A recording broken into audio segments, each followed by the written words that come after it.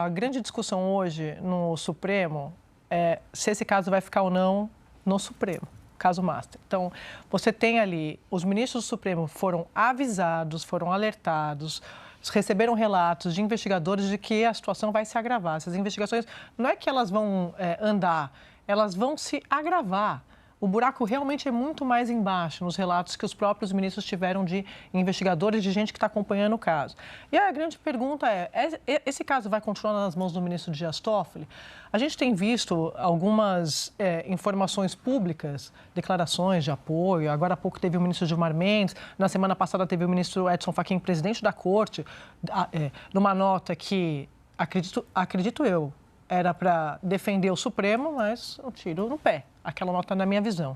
Porque não tem como ser... É incompatível você defender o Supremo e não fazer uma crítica do que está acontecendo dentro da Corte em relação ao Banco Master. Estou falando sobre esse caso específico. E aí, ministros com quem eu tenho conversado nos bastidores, eles diziam assim, está aqui, obrigada. Você tem uma saída, que não é uma saída honrosa, porque não tem saída honrosa nesse caso, a saída é para baixo. Já que o ministro Dias Toffoli tem resistido nas conversas e relatos que eu tenho recebido a deixar o caso, então devolve o caso para a primeira instância. Porque é o que eles chamam de saída feijão com arroz. Arroz com feijão, depende de onde você está, em que região você está, você coloca o feijão primeiro ou o arroz primeiro. Então, mas existe polêmica em relação a isso? O arroz vai primeiro, o feijão vem depois sempre. Não existe não sei, eu não vou entrar nessa polêmica. O povo está animado. Eu não vou nem entrar no biscoito na bolacha. Feijão primeiro. Feijão primeiro, arroz depois. É isso. Não, eu sou arroz antes e feijão depois. Pronto, dividi, rachou. Eu não vou entrar nesse racha aqui da nossa turma. Mas essa é a grande discussão que está sendo feita hoje nos bastidores do Supremo. Apesar dessas declarações públicas, você tem muita pressão. Você tem hoje um ministro que é o principal aliado do ministro Dias Toffoli, que é o ministro Alexandre de Moraes. Acho que todo mundo está posto. E você tem o decano que defende publicamente, porque é o decano. E tem o presidente da Corte também fazendo um gesto. Nos bastidores, a discussão que está colocada é essa. Ou o ministro Dias Toffoli devolve para a primeira instância, já que não quer sair, ou o Supremo vai ser dragado ainda mais para uma crise que era do Banco Master, virou uma crise do Supremo. E aí, todo o debate do Supremo como tema eleitoral foi antecipado, está colocado, Merval. Boa tarde, Sadi, boa tarde a todos. Desde que o ministro Toffoli avocou para si o caso e pediu sigilo absoluto, né? Sigilo máximo, sigilo master. Ficou claro que ele estava querendo controlar a investigação. Ele levou para dentro do Supremo um problema que não era do Supremo. E por que ele levou para dentro do Supremo? Porque ele tem algum interesse em controlar essa investigação. Não há nenhuma outra explicação, porque o fato que fez ele levar para o Supremo a investigação é um fato banal, um deputado que estava fazendo um negócio... Que alheio à investigação.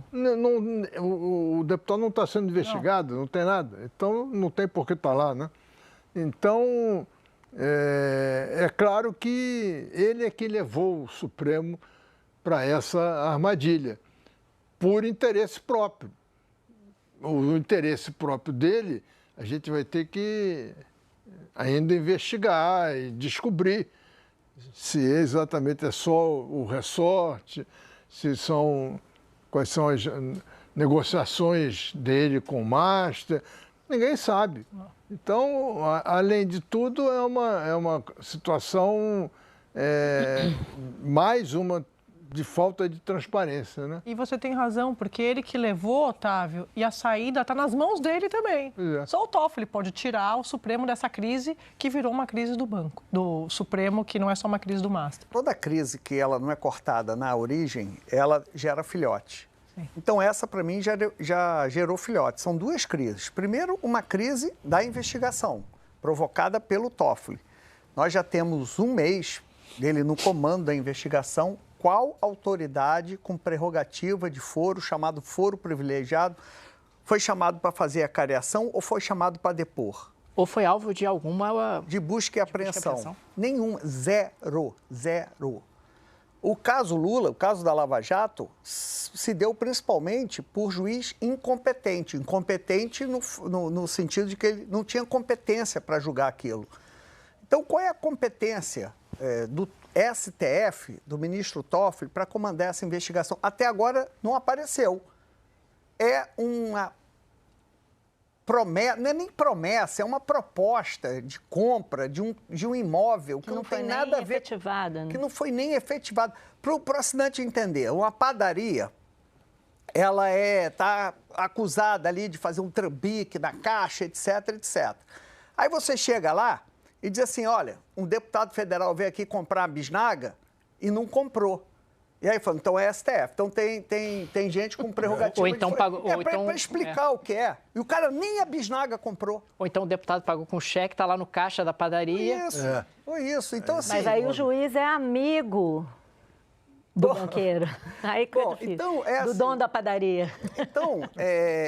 Então, são duas crises. Eu acho que é uma crise agora pessoal ali, particular do Toffoli, seus negócios, seus resorts, com dois irmãos que dão sinais exteriores de pobreza e um empreendimento, isso é uma coisa. E outra é essa do STF, da investigação. Até agora, ninguém me convenceu ou convenceu a opinião pública, os juristas, de que o STF é competente. Aí você falou da saída. Esse caso está na segunda turma, que é Fux, Cássio, Gilmar e André Mendonça e o Toffoli. Então, a única possibilidade é algum juiz de ofício suscitar a competência, né? E haver uma votação. Mas, para isso, o Toffoli tem que enviar o caso para a segunda turma.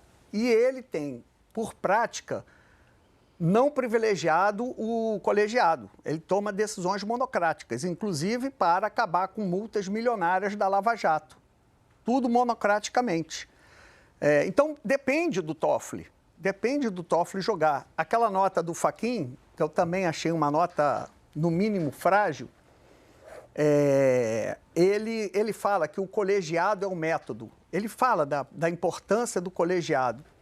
Mas, nesse caso, tem um ministro, e não é só o Toffoli, né? Tantos outros que preferem o STF de uma pessoa só. Agora, Otávio, me parece que esses dois pontos que você colocou, eles têm vasos comunicantes, né? Porque, na prática, a gente está falando de um ministro que está julgando de forma exótica, está tomando uma série de medidas diferentes do padrão, digamos assim, de atuação do STF, ao mesmo tempo que esse ministro tem irmãos com relações muito próximas com partes da investigação. Sim, não dá para tratar as coisas de forma separada. Não dá para separar, né? Claro. Eu chamei de filhote. Filhote sempre tem o DNA do pai. Mas você vai multiplicando, você vai... Não, tem a ligação. A questão do jatinho já era grave, né? Ele voar no jato, junto com o advogado, no mesmo dia em que ele decretou o sigilo da investigação, que ele tinha acabado de puxar para ele. Agora, você saber que os irmãos dele fizeram uma sociedade num resort que até, inclusive, se constatou ali, né? Eles nem dinheiro têm. Se eles fizeram essa sociedade e receberam dinheiro, o dinheiro não ficou com eles.